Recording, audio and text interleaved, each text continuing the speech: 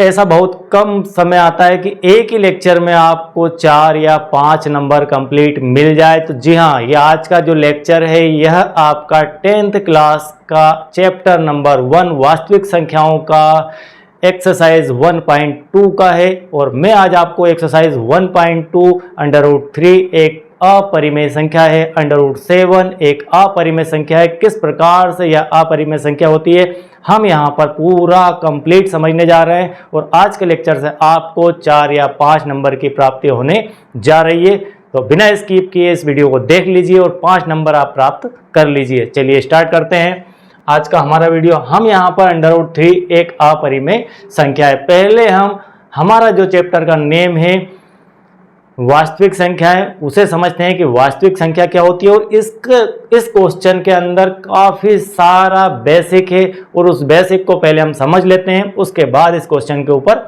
आते हैं किस प्रकार से यह क्वेश्चन सॉल्व होगा। तो सबसे पहले हम समझते हैं कि वास्तविक संख्याएं क्या होती है। यहाँ हमने लिखा हुआ वास्तविक संख्या, इसके आगे कुछ नंबर्स लिखे हैं। 3 लिखा है, 5/2 है, √3 है, 9/2 है, पाई है, -8 है, -√7 एंड 7.32। आपको इन नंबरों के अंदर से पहचान करना है कि कौन से नंबर आपके परिमेय नंबर है और कौन से अपरिमेय नंबर है। तो हम यहाँ पर जानते हैं कि वास्तविक संख्याएं 2 प्रकार से विभाजित होती है, एक हमारी परिमेय संख्या और एक हमारी अपरिमेय संख्या कहलाती है। परिमेय संख्याओं को हम P/Q की फॉर्म में लिखते हैं। P/Q की फॉर्म में लिखने के बाद एक शर्त होती है कि Q ≠ 0 होना चाहिए। यदि हमारी Q की टर्म ही 0 हो गई तो ये पूरा का पूरा 0 हो जाएगा, जिसका कोई अर्थ ही नहीं बचेगा। इसलिए यहाँ पर Q ≠ 0 की टर्म जोड़ी गई है। इसके बाद एक और ध्यान रखने वाला विषय है कि P और Q सह अभाज्य होना चाहिए। P और Q सह अभाज्य से अर्थ है कि P और Q के बीच में कोई कॉमन फैक्टर नहीं होना चाहिए एक के अलावा। एक सभी नंबरों के बीच में कॉमन फैक्टर होता है। कॉमन फैक्टर का अर्थ है कि मान लीजिए हमने लिखा कि 7/3, तो इसके मल्टीपल में भी 1 है और इसके मल्टीपल में भी 1, तो 1 यहाँ पर इसका कॉमन, इन दोनों का कॉमन फैक्टर है। इसके अलावा 1 के अलावा कोई भी कॉमन फैक्टर, कॉमन गुणनखंड, उभयनिष्ठ गुणनखंड इनके बीच नहीं होना चाहिए। यदि इस प्रकार से गुणनखंड नहीं होते हैं एक के अलावा, तो हम कह सकते हैं कि P और Q सह अभाज्य नंबर हैं। ठीक है। अपरिमेय संख्याएं वे संख्या होती है जो परिमेय नहीं होती है, वे सारी अपरिमेय की श्रेणी में आ जाती है। तो अपरिमेय ≠ P/Q, P/Q की फॉर्म में यदि नहीं है वो, तो हम कह देंगे कि वे सारे नंबर हमारे अपरिमेय नंबर होंगे। तो हम यहाँ पर सबसे पहले एक एक करके इनको लिखते हैं कि कौन कौन से नंबर हमारे परिमेय हैं और कौन कौन से नंबर हमारे अपरिमेय हैं। तो परिमेय संख्याएं और अपरिमेय संख्याएं हम देख पा रहे हैं कि यहाँ पर 3 है।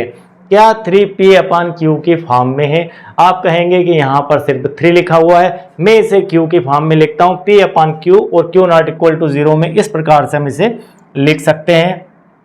हम इसे लिख सकते हैं 3/1। अब आप देख लीजिए कि 3/1 यहाँ पर एक Q ≠ 0 को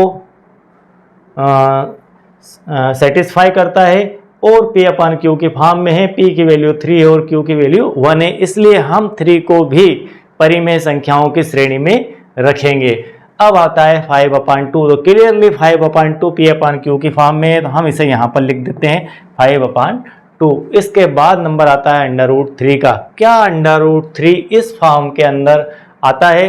तो हम कह सकते हैं कि √3 इस फॉर्म में नहीं आता है। इसका अर्थ है कि यह हमारा अपरिमेय संख्याओं की श्रेणी में आएगा। ठीक है, ये √3 इसके अंदर आ गया। इसके बाद 9/2, 9/2 हमारा इसके अंदर आएगा, ये लिख दिया 9/2। इसके बाद पाई, विशेष तौर पर पाई को हम अपरिमेय के श्रेणी में रखते हैं। इसके बाद नंबर आता है -8 का, तो -8 भी हमारा एक परिमेय नंबर ही है, परिमेय संख्या ही भी है। हमारा ऋण 8 परिमेय संख्या है और इसके अपान में आप 1 लिख सकते हैं। इसके बाद √7 है, तो तो -√7 है, -√7 को भी आप अपरिमेय संख्याओं की श्रेणी में रखेंगे। और 7.32 दशमलव वाली संख्याएं, समस्त संख्याएं आपकी अपरिमेय संख्याएं होती है, तो इसे भी आप 7.32 को यहाँ पर रख लीजिए। इस प्रकार से इनका डिवीजन होता है। तो कभी कभी ऑब्जेक्टिव में यहाँ से कुछ क्वेश्चन पूछ लिए जाते हैं कि इन नंबरों में से कौन सा नंबर अपरिमेय है, या इन नंबरों में से कौन सा नंबर परिमेय है, या इन नंबरों में से छांट कर बताइए कि कौन सा अपरिमेय नहीं है या परिमेय नहीं है। तो इस प्रकार से हमें क्वेश्चन पूछा जाता है। तो आपको बिल्कुल क्लियर होना चाहिए। हमने सारे 4 और 4 8 प्रकार यहाँ पर सम्मिलित किए हैं, और 8 प्रकार में सारे लगभग आपके प्रकार आ चुके हैं। अंडर रूट वाला भी आ चुका है, पाई वाला भी आ चुका है, माइनस में अंडर रूट भी आ चुका है, दशमलव भी आ चुका है, माइनस कोई नंबर होता है वह भी आ चुका है, बटे में कुछ नहीं हो तो भी आ चुका है, बटे में हो तो भी, और बटे में प्लस में संख्या हो और नहीं हो बटे में कुछ तो भी आ चुका है। इस प्रकार से हमने समस्त नंबरों का समावेश यहाँ पर कर लिया है, और यह था थोड़ा सा वास्तविक संख्याओं का बेसिक। चलिए इसके बाद बढ़ते हैं आगे। अब हमारा जो मेन टॉपिक है कि √3 या √5 एक अपरिमेय संख्या है, यह हमें सिद्ध करना है। और यह डेफिनेट क्वेश्चन आपके एग्जाम में पूछा ही जाता है, 100% गारंटेड है कि क्वेश्चन आएगा, फाइनली आना ही है, क्योंकि काफ़ी सारा सिलेबस रिड्यूस हो चुका है। तो अब सीधा सीधा केंद्र में हमारा √3 या √5 या √7 कुछ भी आ सकता है, वह आपकी अपरिमेय संख्या है, यह हमें सिद्ध करने के लिए आएगा। तो उसका जो बेसिक है वह इस प्रकार से है। पहले आप थोड़ा सा बेसिक समझ लीजिए, क्योंकि वहाँ पर हम जाएंगे और सीधे सीधे आपसे कहेंगे कि ऐसा होता है, तो आप कहेंगे कि ये बेसिक हमें नहीं पता है। तो बेसिक और कॉन्सेप्ट पहले क्लियर कर लीजिए, फिर क्वेश्चन अपने आप सॉल्व हो जाएगा। माना कि b एक अभाज्य संख्या है, यहाँ पर हम कुछ नंबर लिखेंगे, a² बटे b एक नंबर लिखेंगे। पहले समझ लीजिए कि b एक अभाज्य संख्या में लेता हूँ। यदि b a² को विभाजित करती है, b क्या करती है, a² को विभाजित करती है, मतलब इस प्रकार से आएगा, b a² को यहाँ पर विभाजित कर रहा है, मतलब है कि b का भाग a² में जा रहा है और कोई नंबर आपको भागफल में प्राप्त हो रहा है। तो b a² को विभाजित करती है तो b a को भी विभाजित करेगी। यहाँ पर इस क्वेश्चन के अंदर √3 का अपरिमेय संख्या, इसका मेन कॉन्सेप्ट ही यह लाइन है कि b a² को विभाजित करती है तो b a को भी विभाजित करेगी। और इसके बाद यदि हम लिख दें कि a को भी b विभाजित करेगी, यदि ऐसा है तो ऐसा होगा। यदि a² के अंदर b का भाग चला जाता है तो a के अंदर भी b का भाग चला ही जाएगा। यह लाइन यह बता रही है। जहां a एक धनात्मक पूर्णांक है, a को आपको डिनोट करना पड़ेगा क्या, कि यह एक धनात्मक पूर्णांक ही है। तब हम क्या लिख सकते हैं इसे, थोड़ा सा लिखने का तरीका समझिए आप कि किस प्रकार से इसे लिखा जा सकता है। हम इसे इस प्रकार से लिख सकते हैं कि a² अपान b, मतलब a² में b का भाग चला जाता है तो a में भी b का भाग चला जाएगा। ठीक है, तो a² अपान b हो तो a बटे b होगा। a² धनात्मक पूर्णांक है, a² धनात्मक पूर्णांक है, मतलब a जो आपका है, a² जो आपका है वह पॉजिटिव इंटीजर है, उसका जो नंबर है वह पॉजिटिव होना है या पॉजिटिव है। ठीक है, इस प्रकार से आप इसे समझ सकते हैं। धनात्मक वर्ड का यहाँ पर विशेष रूप से यूज करना है। और b एक अभाज्य संख्या है। b अभाज्य संख्या से अर्थ है कि b कौन से नंबर हो सकती है, b कौन से नंबर हो सकती है, 2 हो सकती है, 3 हो सकती है, 5 हो सकती है, 7 हो सकती है, उसके बाद आपकी 11 हो सकती है। इस प्रकार से ये नंबर आपकी हो सकती है। यहाँ पर नंबर आप 4 को यूज नहीं कर सकते, आप नंबर 6 को यूज नहीं कर सकते। किसके प्लेस पर, b की प्लेस पर। b की प्लेस पर आपको अभाज्य संख्या ही लेनी है। 2, 3, 5, 7, 11 इस प्रकार का कोई नंबर होता है वह अभाज्य संख्याओं की श्रेणी में आता है। तो b इस प्रकार का आपका कोई नंबर है।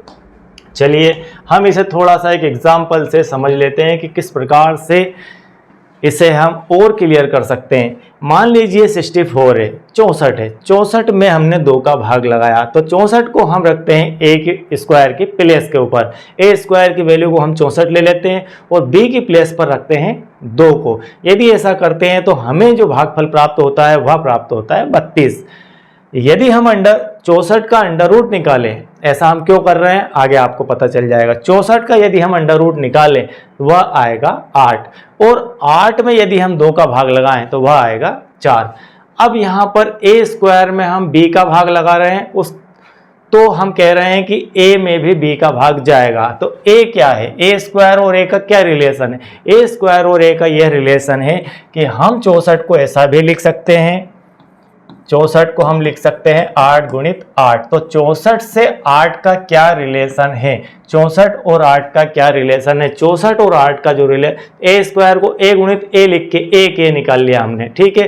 तो 64 में से हम 8 निकाल रहे हैं तो 1 8 कैसे आ रहा है, 1 8 ऐसे आ रहा है कि हम 64 का अंडर रूट कर रहे हैं तो हमें जो मिल रहा है वह 8 मिल रहा है, या हम कह सकते हैं कि 8 गुणित 8। तो आप कंफ्यूज हो जाएंगे, 8 गुणित 8 2, यहाँ पर ए स्क्वायर के अंदर 2 है, ए गुणित ए है तो हम एक ए की बात कर रहे हैं। यदि दोनों ए में भाग जा रहा है, वह कह रहा है कि ए गुणित ए में यदि बी का भाग जा रहा है तो ए में बी का भाग जाएगा, तो एक ए के अंदर भी बी का भाग जाएगा, ऐसा कहा जा रहा है। तो अंडर रूट 64 इक्वल टू 8, या ऐसा भी समझ सकते हैं कि 8 गुणित 8 इक्वल टू 64। तो यदि 64 में 2 का भाग जा रहा है तो उसका एक दोनों का जो 64 का अंडर रूट का है या 8 इंटू 8 कहें, तो वो जो स्क्वायर वाला था उसमें हमने 8 में कन्वर्ट कर लिया उसे, 8 इंटू 8, तो वहाँ पर 8 के अंदर भी 2 का भाग चला जाएगा। बिल्कुल क्लियर हो गया होगा ये आपको, ठीक है। यदि हम इसको 64 को ए स्क्वायर कहें, बी को हम 2 कहें, तो यहाँ पर 8 क्या हो गया, ए हो गया, और 2 क्या हो गया, बी हो गया। तब हम कह सकते हैं कि जो 4 हमें प्राप्त हो रहा है, लास्ट बात है ये कि ए स्क्वायर अपॉन बी, और ए बटे बी करने पर हम कह रहे हैं कि भाग जाएगा। यहाँ पर लिखा हुआ विभाजित करेगी, इसका अर्थ है कि उसका कुछ ना कुछ भागफल जरूर प्राप्त होगा। और वही भागफल की बात हो रही है कि भागफल यदि प्राप्त होगा तो हम उस भागफल को मान लीजिए सी लिख देते हैं। यह बिल्कुल बेसिक कॉन्सेप्ट है और समझ है, तो यह समझ आपको आनी चाहिए। इसके बाद ही आप अंडर रूट 3 या परिमेय संख्या तुरंत फटाफट उससे सॉल्व कर देंगे। यदि हम इसको थोड़ा सा चेंज करके लिखें, हम इसे लिख देते हैं ए बटे बी इक्वल टू यदि सी है, तो और इसे क्या बदल कर लिख सकते हैं, हम इसे लिख सकते हैं कि ए इक्वल टू बी सी, हम इसे ऐसा भी लिख सकते हैं। ए इक्वल टू बी सी के फॉर्म में भी इसे लिखा जा सकता है। यदि हम 2 का गुणा 4 से करें तो हमें 8 प्राप्त हो जाएगा। तो इस प्रकार से हम भाग के नियम से इसे ऐसा लिख सकते हैं, ठीक है। तो यह हमारा बेसिक था। इसी प्रकार से एक और एग्जांपल हमने यहाँ पर सेट किया, 81 बटे 3। 81 में यदि 3 का भाग दें तो 27 आता है, और 81 को यदि हम लिखें तो 9 गुणित 9 लिख सकते हैं, या अंडर रूट 81 लिख सकते हैं और उसका अंडर रूट निकल कर आएगा 9। तो यहाँ पर 9 में यदि हम 3 का जो संख्या का भाग हमने यहाँ पर लगाया था उसी का भाग इसके अंदर लगाएंगे तो हमें फाइनली प्राप्त होगा 3, और 3 का गुणा करने पर हमें 9 प्राप्त हो जाता है। बस यही छोटा सा एक कॉन्सेप्ट है, और इसी कॉन्सेप्ट के बेस्ड हमारा नेक्स्ट क्वेश्चन कंप्लीट होने वाला है, जो कि एग्जाम के लिहाज से बहुत ही महत्वपूर्ण है। महत्वपूर्ण क्या है वो अपनी जगह बना चुका है, उसे 2024 के एग्जाम में आना है। चलिए अब शुरू करते हैं हमारा क्वेश्चन। यह क्वेश्चन है अंडर रूट 3 अपरिमेय संख्या है। अंडर रूट 3 में भी आ सकता है यह क्वेश्चन, अंडर रूट 5 में भी आ सकता है, अंडर रूट 7 में भी आ सकता है, अंडर रूट 2 में भी आ सकता है, अंडर रूट 11 में भी आ सकता है, अंडर रूट 9 में नहीं आएगा। अगर आपसे कहा जाए कि अंडर रूट 9 एक अपरिमेय संख्या है तो आप तो ये कह देंगे कि अंडर रूट 3 हो सकता है, जब अंडर रूट 9 भी हो सकता है। भाई अंडर रूट 9 का अर्थ होता है 3, अंडर रूट 9 का अर्थ है 3, और 3 एक अपरिमेय संख्या नहीं है, एक परिमेय संख्या है। इसलिए इस प्रकार का क्वेश्चन नहीं बनता है, और यदि बनता है तो कहीं ना कहीं आप कंफ्यूज होंगे, और अपने आप को क्लियर कर लें आप कि हमें सत्यासत्य के अंदर भी ऐसा पूछा जा सकता है। यदि आपसे मैं कह दूं यहीं पर कि √9, बताइए √9 एक अपरिमेय संख्या है, यह सत्य है या असत्य है? यदि आपको रटा रटाया पढ़ने की आदत है तो आप इसे राइट का निशान देकर आ जाएंगे कि यह जो लिखा हुआ है यह सत्य लिखा हुआ है, क्योंकि आपके दिमाग में एक बात क्लियरली फंसी है कि अंडर रूट के अंदर कोई नंबर है, इसका मतलब वो सीधे सीधे अपरिमेय ही है। ऐसा बिल्कुल नहीं है। अंडर रूट के अंदर वह नंबर तो है, लेकिन आपको देखना पड़ेगा कि वह नंबर कौन सा है। वह 9 है। √9 का अर्थ है 3, और 3 अपरिमेय की श्रेणी में नहीं आता है, वह परिमेय की श्रेणी में आता है। हम यहाँ पर देख चुके हैं, यह हमने लिखा था 3 और यह हमारा परिमेय संख्याओं की श्रेणी में आता है। तो इस प्रकार से आप यहाँ पर इसे क्या कहेंगे? इसे कहेंगे असत्य है कि √9 एक अपरिमेय संख्या नहीं है, यह परिमेय संख्या है। ठीक है, तो क्वेश्चन को कई प्रकार से पूछा जा सकता है, इसीलिए बेसिक और कॉन्सेप्ट हमारे बिल्कुल क्लियर होना चाहिए। अब √3 अपरिमेय संख्या, इसे सिद्ध करने के लिए हमने जितने वर्ड लिखे हैं यहाँ पर, उन वर्ड से एक ज़्यादा न एक कम, कुछ भी नहीं लिखना है। और बिल्कुल समझ लीजिए, 2 बार 4 बार 6 बार समझ लीजिए, लेकिन हमें लिखना इतना ही है, इससे कम न इससे ज़्यादा। अगर √3 को हम अपरिमेय संख्या सिद्ध करें तो हमें यहाँ पर इसको अपोजिट सिद्ध करना पड़ेगा। इसीलिए हमने आपको परिमेय का अपोजिट अपरिमेय बताया था और परिमेय का अपोजिट अपरिमेय। ठीक है, तो हमने यहाँ यह दिया है कि अपरिमेय संख्या ये हमको दिखाना है। हम ऐसा मान लेते हैं, क्या मान लेते हैं कि √3 एक परिमेय संख्या है। हो सकता है मिल जाए और नहीं मिले तो हम बिल्कुल कह देंगे कि वह फिर अपरिमेय है, बात खत्म होती है। या तो वो परिमेय है या फिर अपरिमेय, इसके बाहर कुछ नंबर होता ही नहीं है। तो हम इसे सीधे सीधे परिमेय मान लेते हैं, क्योंकि परिमेय के अंदर कॉन्सेप्ट है, उसकी एक भाषा है और वह भाषा हम देख चुके हैं। क्या है भाषा उसकी? उसकी लैंग्वेज है। उसकी लैंग्वेज यह है कि वह P/Q के फॉर्म में होती है, जहाँ Q ≠ 0 होता है। यह इसकी लैंग्वेज है, यह इसकी भाषा है, यह इसका कोड है, यह इसका मानक स्वरूप है, यह इसका स्टैंडर्ड फॉर्म है। लेकिन अपरिमेय का ऐसा कोई स्टैंडर्ड फॉर्म नहीं है। सीधा सीधा मैंने यहाँ पर सूझबूझ के साथ लिखा है कि अपरिमेय संख्या वे नंबर होती है जो कि परिमेय नहीं है, जो P/Q की फॉर्म में नहीं होती है, वे सारी उठकर अपरिमेय की श्रेणी में चली जाती है, जो कि परिमेय नहीं होती है। तो हम यहाँ पर सीधे सीधे मान लेते हैं कि वह हमारा जो नंबर है √3 वह एक परिमेय संख्या है। यदि चूंकि √3 एक परिमेय नंबर है, तब परिमेय नंबर के मानक स्वरूप से, स्टैंडर्ड फॉर्म से वह मैच भी होगा। मैच होगा तो कैसे मैच होगा? हम जानते हैं कि परिमेय संख्या का जो स्टैंडर्ड फॉर्म होता है वो P/Q की फॉर्म में होता है।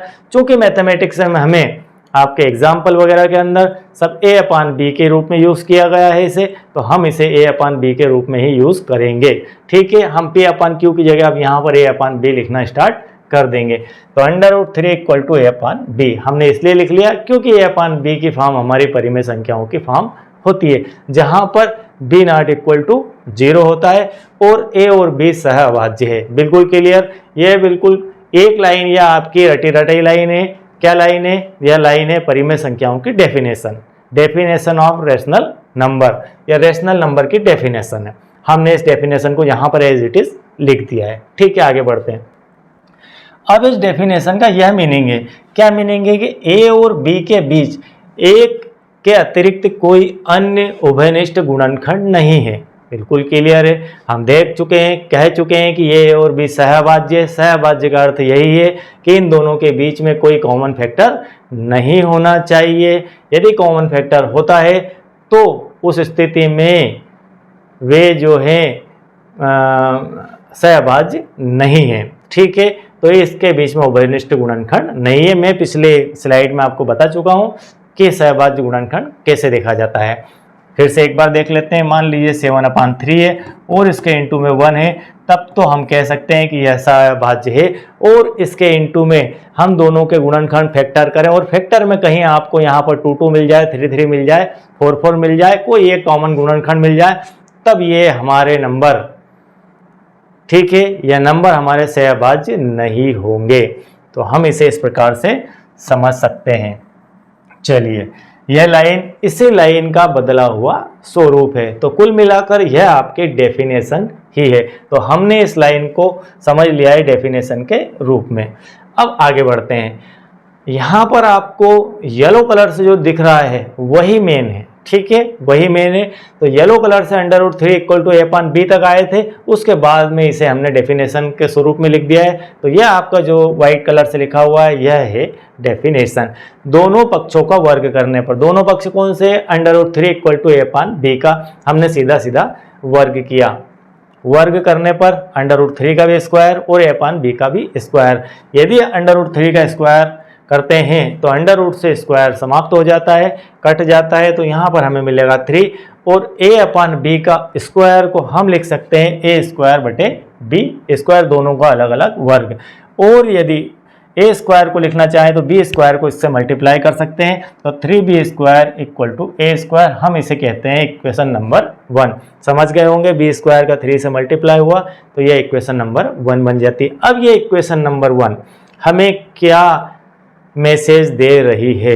हमें यह मैसेज दे रही है, आप इसे ध्यान से देखिए कि 3 के इंटू में b² इक्वल टू a² है। इसका अर्थ है कि 3 का भाग यदि a² में लगाते हैं, यह 3 आपका इसके बटे में चला जाए, उठ के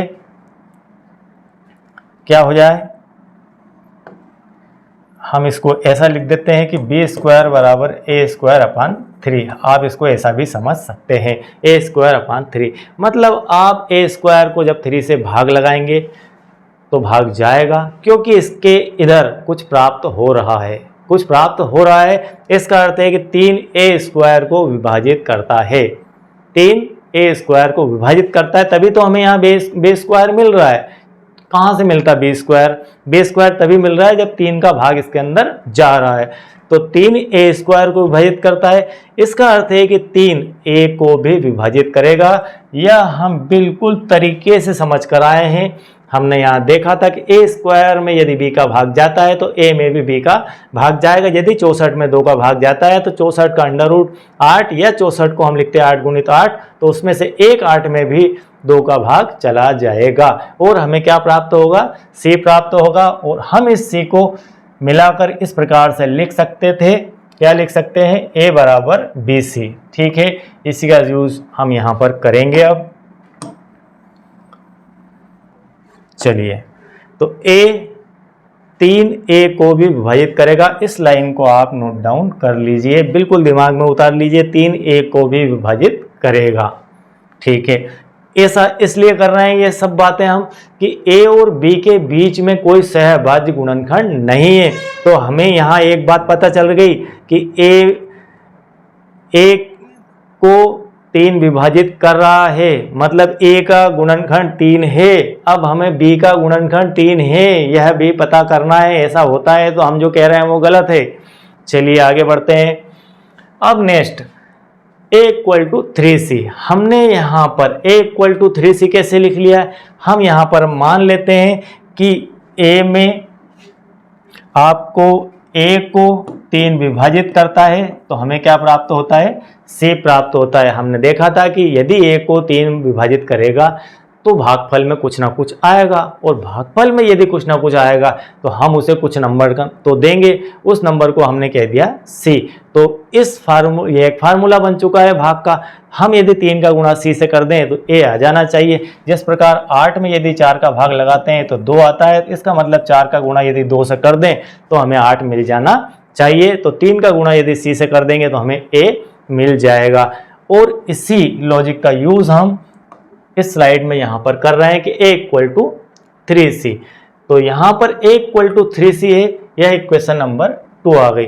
हमारी जो थी इक्वेशन नंबर 1, इक्वेशन नंबर 1 हमारे पास थी 3b² equal to a², 3b² equal to a², तो 3b² इक्वल टू a²। इस इक्वेशन नंबर 1 में a का मान समीकरण 1 में रखने पर यह a का मान, इस a का मान समीकरण 1 में यहाँ पर रख देते हैं, यहाँ पर रख देते हैं। तो आपका 3b² वैसा ही है, और a² की प्लेस पे हम 3c रखते हैं, 3c का होल स्क्वायर।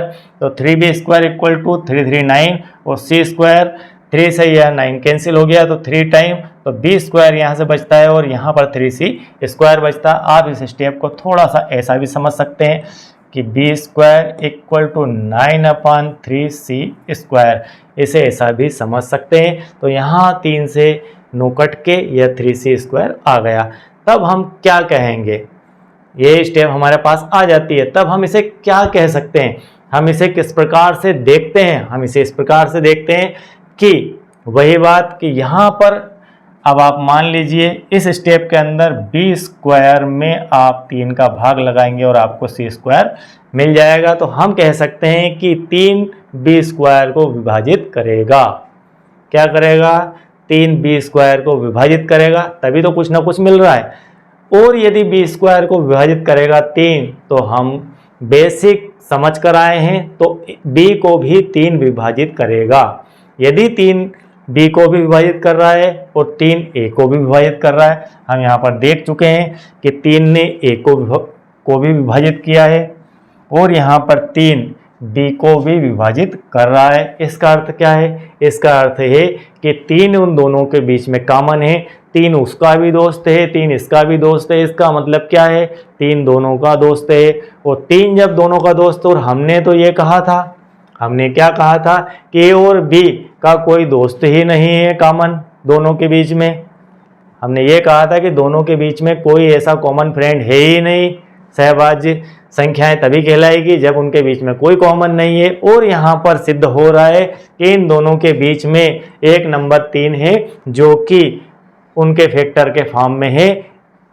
इसको भी विभाजित कर रहा है बी, 3 को बी, और 3 से ए भी डिवाइड हो रहा है। इसका अर्थ है कि दोनों के बीच में एक कॉमन फैक्टर 3 है। तब हम कह सकते हैं कि ए और बी के बीच एक उभयनिष्ठ गुणनखंड 3 है, इनके बीच में कोई तीसरा व्यक्ति भी है।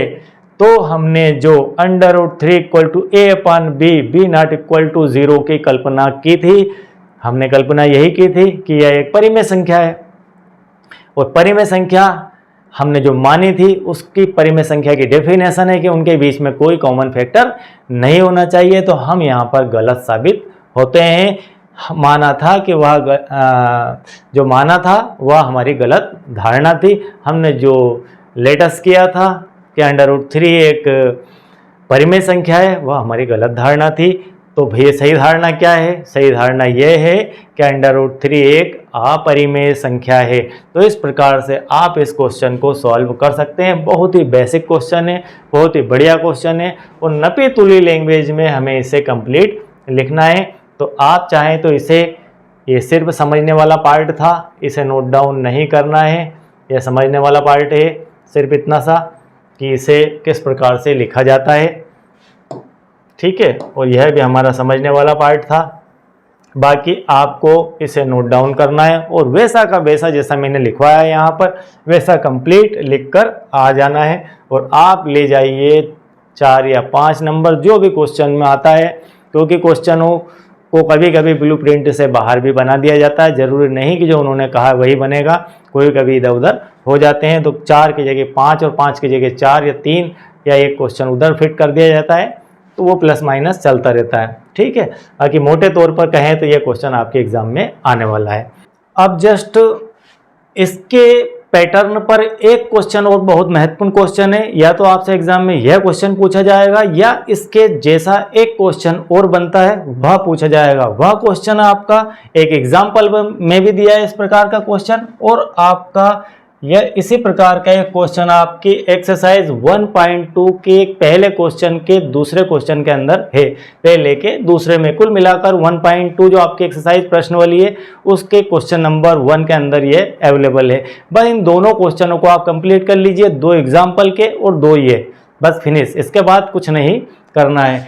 यहाँ पर क्वेश्चन है हमारा कि सिद्ध कीजिए कि 7√5 एक अपरिमेय संख्या है। हमने पिछले क्वेश्चन में जो सीखा वह सीखा था कि √5 एक अपरिमेय संख्या है, यह सिद्ध कीजिए।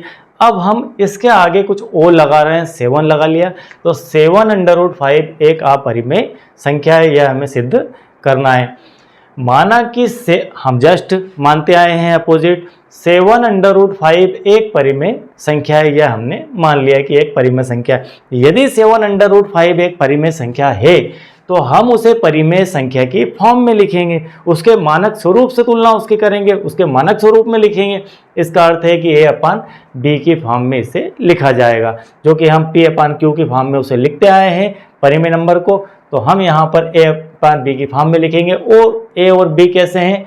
सहभाज्य पूर्णांक है और b ≠ 0 होना ही चाहिए, नहीं तो यह हमारा परिमेय संख्याओं का मानक स्वरूप नहीं रह जाएगा। ठीक है, अब 7 को उठाकर आप b के इंटू में ले जाइए। बहुत इजी स्टेप है, कुछ भी नहीं करना है। 7 को उठाकर आपने b के मल्टीप्लाई कर दिया तो √5 = a/7b हो गया। ठीक, यहाँ तक क्लियर।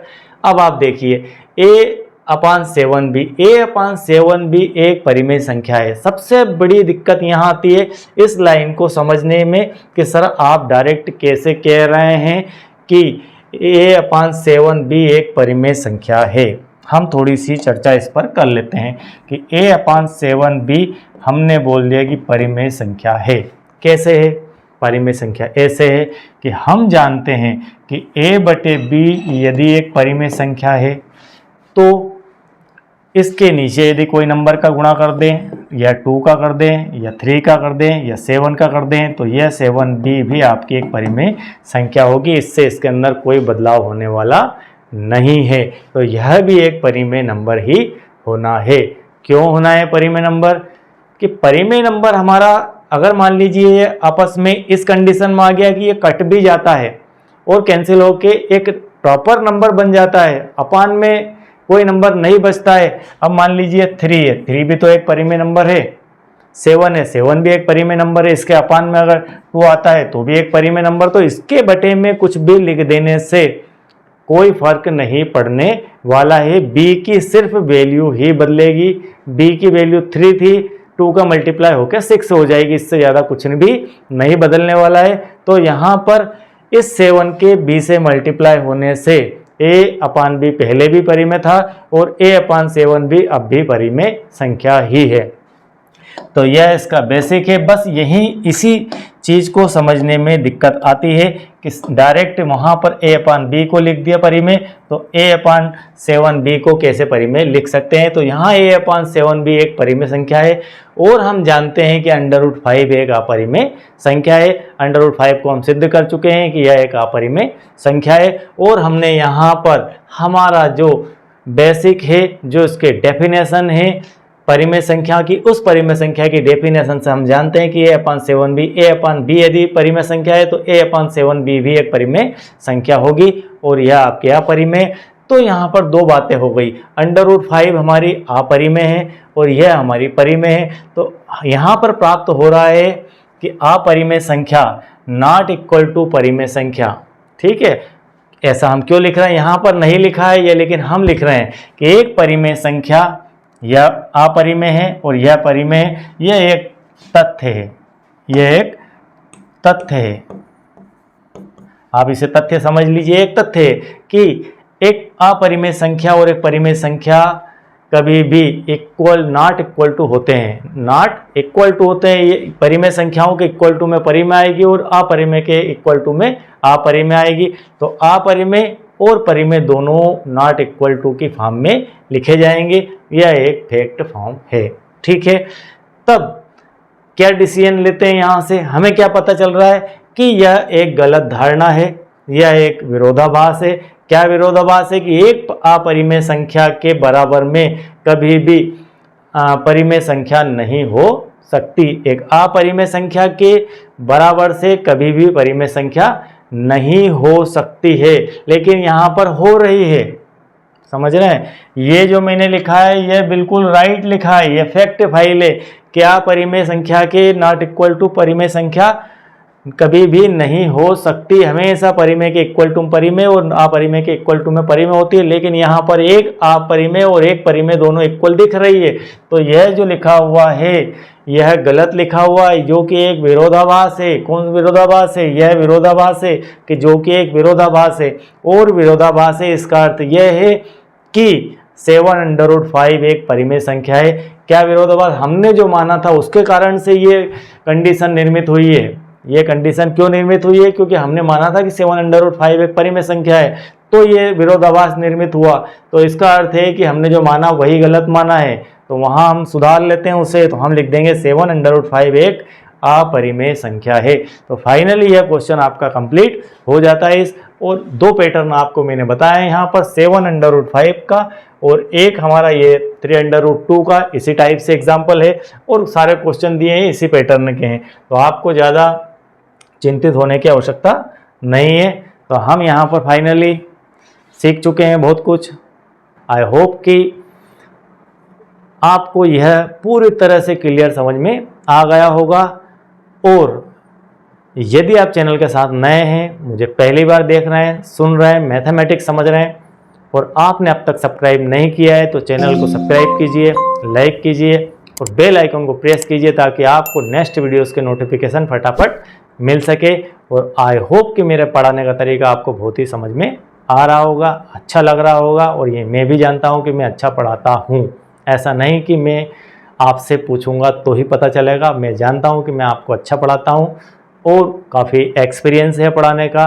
बट अभी व्यूअर और सब्सक्राइबर कम है, चैनल नया है, तो आप मेरे साथ आगे बढ़िए, मेरा सपोर्ट कीजिए, ताकि थोड़ा और मेरा मनोबल बढ़ सके और मैं अच्छे कंटेंट आपके लिए ला सकूं और पूरे ईयर आपको मैथमेटिक्स सिखा सकूं। Thank you very much.